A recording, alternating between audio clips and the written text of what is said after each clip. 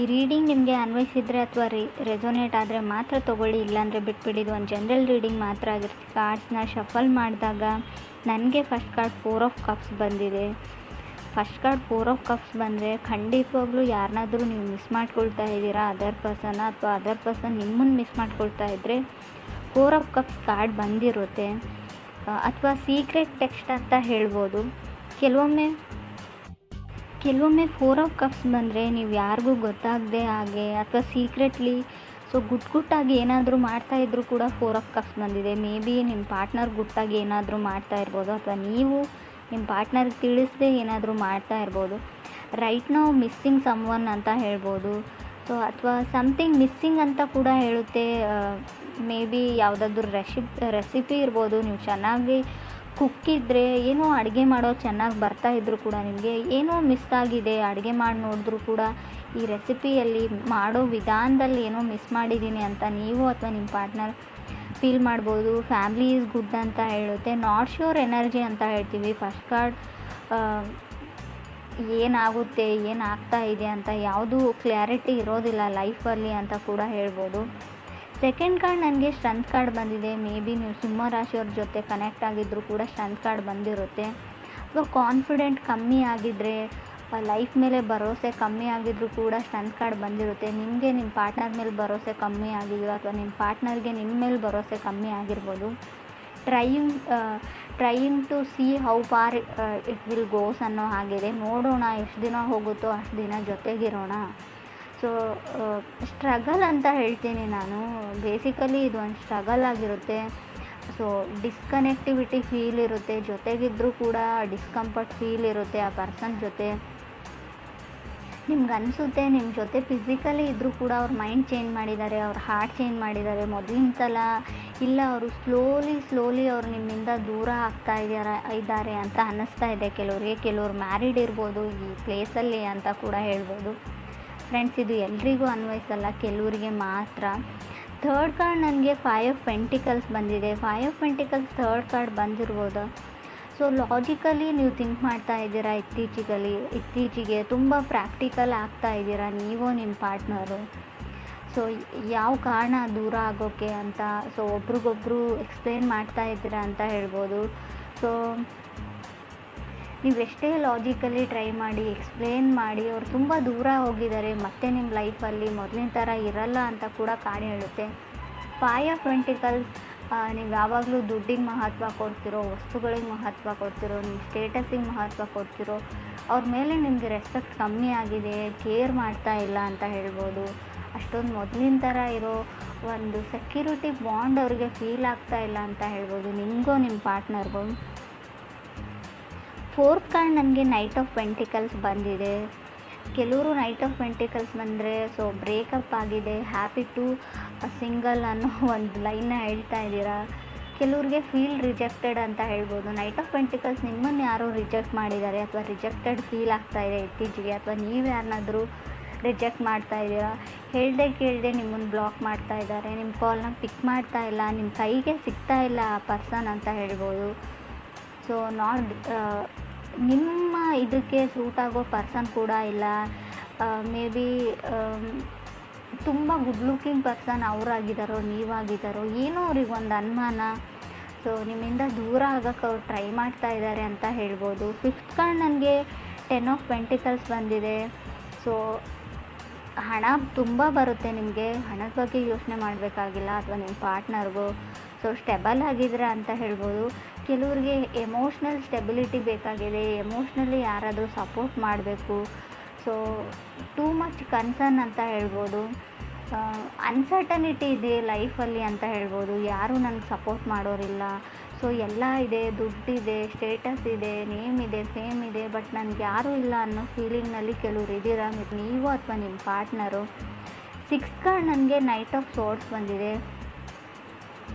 Knight of ಸೋರ್ಡ್ಸ್ ಕೆಲವೊಮ್ಮೆ ಹೊಸ ವ್ಯಕ್ತಿನ ನೀವು ಮೀಟ್ ಆಗ್ತೀರಾ ಲೈಫಲ್ಲಿ ಅಂತ ಕಾರ್ಡ್ ಹೇಳುತ್ತೆ. ಇತ್ತೀಚೆಗೆ ಮೀಟ್ ಆಗಿದ್ದೀರಾ, ಕೆಲವರು ಮುಂದೆ ಕೂಡ ಮೀಟ್ ಆಗಿರ್ಬೋದು.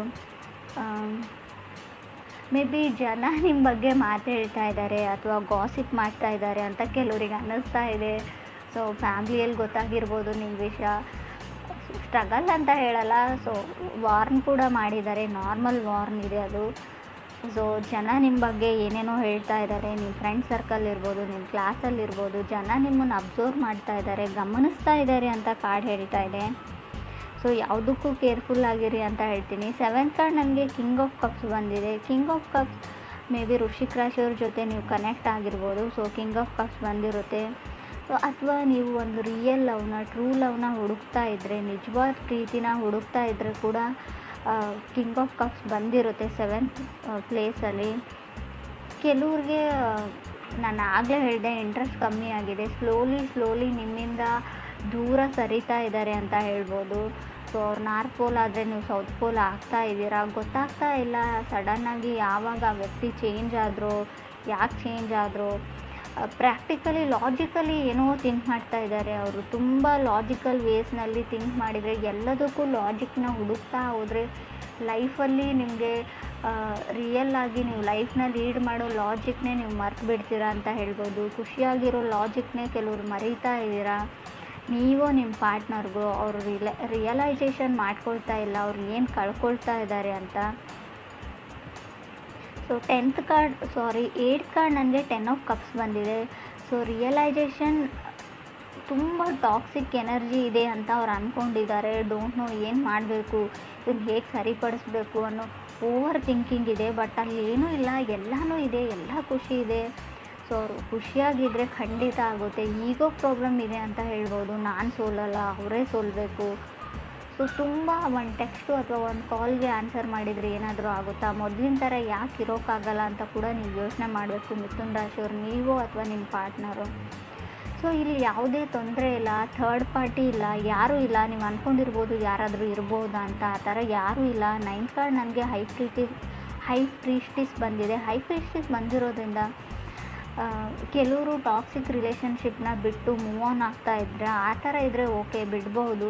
ಬಟ್ ವಿತೌಟ್ ರೀಸನ್ ನೀವೇ ಏನೇನೋ ಕಲ್ಪನೆನ ಮಾಡಿಕೊಂಡು ಒಂದು ಒಳ್ಳೆ ರಿಲೇಷನ್ಶಿಪ್ನ ಹಾಳು ಮಾಡ್ಕೊಳ್ಳೋದು ಒಳ್ಳೆಯದಲ್ಲ ಅಂತ ಕೂಡ ಕಾರ್ಡ್ ಹೇಳುತ್ತೆ. 10th ಕಾರ್ಡ್ ನನಗೆ ಡೆವಿಲ್ ಕಾರ್ಡ್ ಬಂದಿದೆ. ಹೈ ಪ್ರೀಸ್ಟಿಸ್, ನೀವು ಯಾರ ಲೈಫಿಂದ ಹೊರಗಡೆ ಹೋದರೂ ಅವ್ರ ಮೇಲೆ ಸ್ಪೈ ಮಾಡ್ತಾ ಇರ್ತೀರಾ, ಅವ್ರನ್ನ ಗಮನಿಸ್ತಾ ಇರ್ತೀರಾ, ಅವ್ರು ಏನು ಮಾಡ್ತಾರೆ, ಎಲ್ಲಿಗೆ ಹೋಗ್ತಾರೆ, ಯಾರನ್ನ ಮೀಟ್ ಆಗ್ತಾರೆ ಅಂತ ಆ ಎನರ್ಜಿನ ಕೂಡ ಹೇಳುತ್ತೆ. ಅಥವಾ ನಾರ್ಮಲಿ ನೀವು ಸಿಂಗಲ್ ಇದ್ದರೂ ಕೂಡ ನಿಮ್ಮನ್ನು ಯಾರಾದರೂ ಗಮನಿಸ್ತಾ ಇರ್ಬೋದು, ಅಥವಾ ನೀವು ಯಾರನ್ನಾದರೂ ತುಂಬ ದಿನಗಳಿಂದ ಗಮನಿಸ್ತಾ ಇರ್ಬೋದು. ಅವ್ರ ಮನೆಯಲ್ಲಿ ಅವ್ರ ನೇಮ್ ಏನು, ಅವ್ರ ಸ್ಕೂಲ್ ಯಾವುದು, ಕಾಲೇಜ್ ಯಾವುದು, ಅವ್ರು ಎಲ್ಲಿ ಇರ್ತಾರೆ, ಏನು ಮಾಡ್ತಾರೆ ಅನ್ನೋ ವಿಷಯನ, ಇನ್ಫಾರ್ಮೇಷನ್ನ ಕಲೆಕ್ಟ್ ಮಾಡ್ತಾಯಿದ್ರೆ, ಅಥವಾ ನಿಮ್ಮ ಬಗ್ಗೆ ಯಾರಾದರೂ ಕಲೆಕ್ಟ್ ಮಾಡ್ತಾ ಇರ್ಬೋದು. ಕೇರ್ಫುಲ್ಲಾಗಿರಿ ಯಾವುದಕ್ಕೂ. 10th ಕಾರ್ಡ್ ಡೆವಿಲ್ ಕಾರ್ಡ್ ಇರೋದ್ರಿಂದ ಸ್ಟ್ಯಾಂಡ್ ಯುವರ್ ಗ್ರೌಂಡ್ ಅಂತ ಹೇಳುತ್ತೆ. ಸೊ ನಿಮ್ದು ಯಾವುದೇ ರಿಸ್ಟ್ರಿಕ್ಷನ್ ಇದ್ದರೂ, ಯಾವುದೇ ಕೇಜಲ್ಲಿದ್ದರೂ, ನೀವು ಬಂಧನದಲ್ಲಿದ್ದರೂ ಕೂಡ ಅದರಿಂದ ಹೊರಗಡೆ ಬನ್ನಿ. ಸೊ ಏನಾದರೂ ಮಾಡಿ, ಡಿಪೆಂಡ್ ಆಗಬೇಡಿ. ಸೊ ಡಿಪೆಂಡೆನ್ಸಿ ಒಳ್ಳೆಯದಲ್ಲ, ಯಾರ ಮೇಲೂ ಡಿಪೆಂಡ್ ಆಗಬೇಡಿ. ಸೊ ನಿಮ್ಮ ಸ್ವಂತ ಎಬಿಲಿಟಿಯಿಂದ ನೀವು ಕೆಲಸ ಹುಡ್ಕೊಳ್ಳಿ, ಕೆಲಸ ಮಾಡಿ, ನಿಮ್ಗೇನು ಬರುತ್ತೋ, ನಿಮ್ಮ ಹತ್ರ ಏನು ಸ್ಕಿಲ್ ಇರುತ್ತೋ ಟ್ರೈ ಮಾಡಿ. ಇಲ್ಲ ಅಂದರೆ ಹುಡುಕಿ. ಸೊ ಟ್ರೈ ಮಾಡಿ, ಸ್ಕಿಲ್ನ ಕೂಡ ಡೆವಲಪ್ ಮಾಡ್ಕೊಳ್ಬೋದು. ಝೀರೋ ಸ್ಕಿಲ್ ಇದ್ದರೂ ಕೂಡ ಏನಾದರೂ ಹೊಸದಾಗಿ ಕಲಿಬೋದು. ಆ ಥರ ಯಾರೂ ಇರೋದಿಲ್ಲ ಝೀರೋ ಸ್ಕಿಲ್ಲಲ್ಲಿ. ಏನಾದರೂ ಗೊತ್ತಿರುತ್ತೆ ನಿಮಗೆ, ಅದನ್ನು ಟ್ರೈ ಮಾಡಿ ಅಂತ ಹೇಳ್ತಾ ಇದೆ ಕಾರ್ಡು. ಕೆಲವರಿಗೆ ಸೊ ಅನ್ಸರ್ಟನಿಟಿ ತುಂಬ ಕಾಣಿಸ್ತಾ ಇದೆ ನನಗೆ. ಸ್ಟೆಬಲ್ ಮೈಂಡ್ಸೆಟ್ ಇಲ್ಲ, ಸಡನ್ನಾಗಿ ಚೇಂಜ್ ಆಗೋ ವ್ಯಕ್ತಿ ಜೊತೆ ನೀವು ಕನೆಕ್ಟ್ ಆಗಿದ್ದೀರೋ ಅಥವಾ ನೀವೇ ಆ ಥರ ಇದ್ದೀರೋ. ಸೊ ಕೆಲವ್ರಿಗೆ ಏನೋ ಗೊತ್ತಿಲ್ಲ, ಫೋಕಸ್ ಚೇಂಜ್ ಆಗ್ತಾ ಇದೆ ಅಂತ ನಾನು ಮುಂಚೆನೇ ಹೇಳಿದ್ದೀನಿ. ನೀವು ಅಂದ್ಕೊಂಡಿರೋದ್ರ ಕಡೆ ನಿಮ್ಮ ಗಮನ ಇಲ್ಲ. ಸೊ ಖಂಡಿತವಾಗ್ಲೂ ಫೋಕಸ್ ಚೇಂಜ್ ಆಗ್ತಾ ಇದೆ. ಮೇ ಬಿ ಫೈನಾನ್ಷಿಯಲ್ ಅನ್ಸರ್ಟನಿಟಿ ಕೂಡ ಹೇಳ್ತೀನಿ ನಾನು. ಹಣಕಾಸಿನ ಏರುಪೇರು ಕಾಣ್ಬೋದು, ಸ್ವಲ್ಪ ಹಣ ಜಾಸ್ತಿ ಖರ್ಚಾಗ್ಬೋದು. ಸೊ ಅಥವಾ ನೀವು ಶಾಪಿಂಗ್ ಮಾಡ್ತಿರೋ, ಅಥವಾ ದುಡ್ಡು ನಿಮ್ಗೆ ಗೊತ್ತಿಲ್ಲದೆ ಹಾಗೆ ದುಡ್ಡು ಫೋಲ್ ಆಗೋ ಚಾನ್ಸಸ್ ಇದೆ.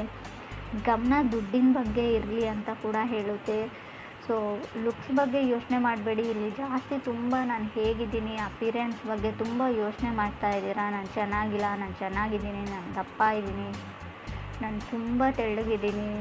ಸೊ ತುಂಬ ಆ ಥರ ಕನಸನ್ನು ಬಿಟ್ಬಿಡಿ ಅಂತ ಕೂಡ ಕಾರ್ಡ್ಸ್ ಹೇಳ್ತಾ ಇದೆ. ಫೀಲ್ ಗುಡ್ಡಲ್ಲಿರಿ.